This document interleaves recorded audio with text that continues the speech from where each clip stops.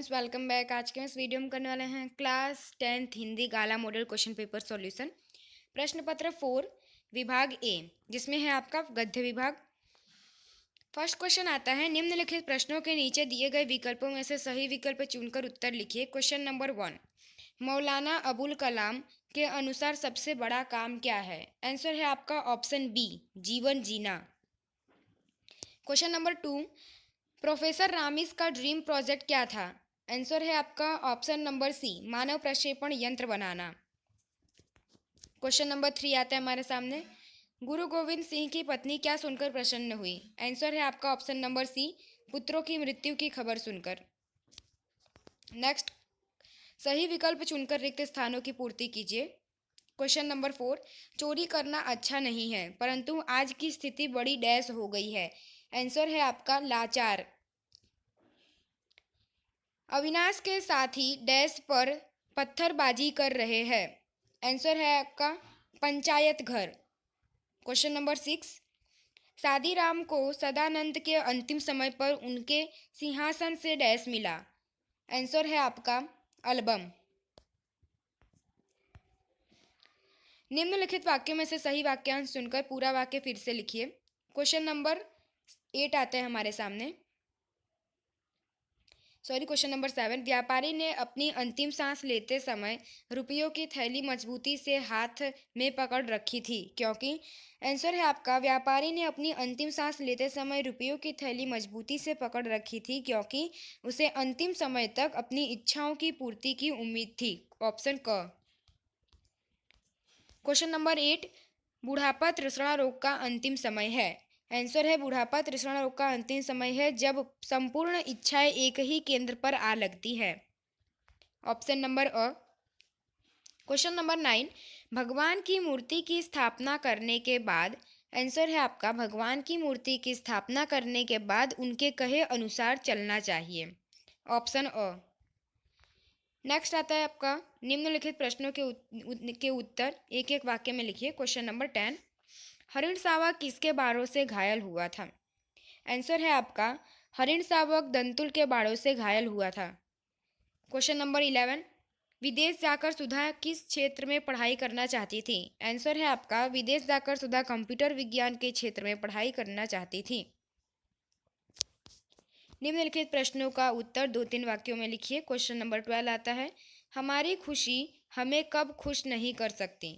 Answer है आपका हम जो कुछ अपने लिए करते हैं उसमें भी दूसरों का भाग होता है। हम खुद खुश होकर दूसरों को खुश करते हैं और दूसरों को खुश देखकर हम खुद खुश होने लगते हैं, लेकिन जब हमारे चारों ओर तरफ उदास चेहरे जमा हो जाए तब हमारी अपनी खुशी हमें खुश नहीं कर सकती। अथवा के बाद वाला क्वेश्चन है हमारे सामने आता है, क्वेश्चन नंबर 12। ठीक है, दोनों क्वेश्चन में से आपको कोई भी एक क्वेश्चन लिखना है। अणु तथा परमाणु किसे कहते हैं? आंसर है किसी वस्तु के छोटे से छोटे अंश या कण को अणु कहते हैं। परमाणु किसी पदार्थ का सबसे छोटा वह अंश होता है जिसके और टुकड़े न हो सकें। अणु की रचना परमाणुओं से होती है तथा परमाणु को आकार मिलता है उसके अपने भीतर मौजूद इलेक्ट्रॉन, प्रोटॉन और न्यूट्रॉन के कारण। निम्नलिखित प्रश्नों का उत्तर 4-5 वाक्य में लिखिए। क्वेश्चन नंबर 13 आता है, बिस्मिल की आत्मिक, धार्मिक और सामाजिक उन्नति में उनकी माँ का क्या योगदान है रहा? आंसर है आपका बिस्मिल आरंभ में बड़े घृष्ट बालक थे। पिता और दादी से उनकी कभी नहीं बनती थी। उनमें संस्कार भरे तो उनकी माँ के उपदेश बिस्मिल के लिए देववाणी के समान थे। माँ ने ही उनमें दया और सेवा की भावना जगाई। माँ के प्रोत्साहन से ही बिस्मिल के धर्म के प्रगति रुचि उत्पन्न हुई। कभी स्नेह से और कभी हल्की ताड़ना से माँ ने उनमें तरह तरह के सुधार किए। माँ ने पुत्र को आर्य समाज में प्रवेश करने का समर्थन किया। इतना ही नहीं, समाज सेवा की समितियों में भी पुत्र को कार्य करने की प्रेरणा दी।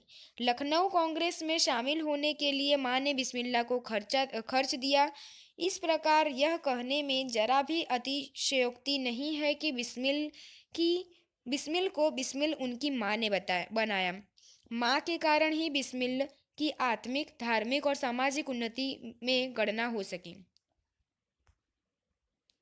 अथवा के बाद वाला क्वेश्चन आता है, पंडित सादीराम के दिल में क्यों शांति नहीं थी। इसमें भी आपको 2 क्वेश्चन दिया जाएगा अथवा में, उसमें से आपको कोई भी एक क्वेश्चन लिखना है। ठीक है, तो अथवा के बाद वाला जो क्वेश्चन है उसका आंसर है, पंडित सादीराम गरीब थे पर दिल के बुरे न थे। उन्हें अपने यजमान लाला सदानंद से लिया गया कर्ज बोझ के समान लगता था। वे चाहते थे कि जिस तरह भी हो उनका रुपया अदा कर दें। वैसे लाला सदानंद को इस रकम की ज़्यादा परवाह न थी। वे चाहते थे कि सादीराम रुपए देने की कोशिश न करे।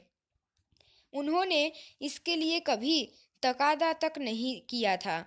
पर शादीराम सोचते थे कि वे कुछ नहीं कहते तो क्या हुआ, इसका मतलब यह थोड़ी ही कि मैं भी निश्चिंत हो जाऊं। इसलिए शादीराम के दिल में शांति न थी। निम्नलिखित कथनों का आशय स्पष्ट कीजिए। जो आपका रहेगा 2 मार्क एक क्वेश्चन का। यहाँ पे आपको अथवा में 2 क्वेश्चन दिए जाएंगे, उसमें से आपको कोई भी एक क्वेश्चन लिखना है। फर्स्ट है आपका, आज जीवन में धन ही जीवन का नियंत्रक बल बन गया है। आंसर है आपका, आज के ज़माने में धन बहुत महत्वपूर्ण हो गया है। चाहे छोटा काम हो या चाहे बड़ा, बिना धन के उसे पूरा नहीं किया जा सकता। गरीब आदमी को अपना और अपने परिवार का पेट पालने और तन ढकने के लिए धन की आवश्यकता होती ही है। अमीर आदमी को और अधिक अमीर बनने के लिए धन की ज़रूरत होती है। आज के मनुष्य की वृत्ति और प्रवृत्ति दोनों में भ्रष्ट हो गई है। इस तरह आज धन ही जीवन का नियंत्रक परिबल बन गया है। अथवा के बाद वाला जो क्वेश्चन नंबर 14 आता है, लातों के देव बातों से नहीं मानते। आंसर है आपका, समाज में 2 तरह के लोग होते हैं। कुछ लोग प्रेम से कहने पर कोई काम करते हैं, तो कुछ लोग लाख समझाने पर भी वे वह काम नहीं करते हैं, लेकिन मारने या डांटने पर वे उस काम को करने के लिए तैयार हो जाते हैं। ऐसे लोग प्रेम की भाषा नहीं समझते हैं। उनके साथ नरमी का व्यवहार न करे, कड़ाई से काम लेना पड़ता है। उनके साथ उसी भाषा में व्यवहार करना चाहिए जिस भाषा को वे समझते हैं।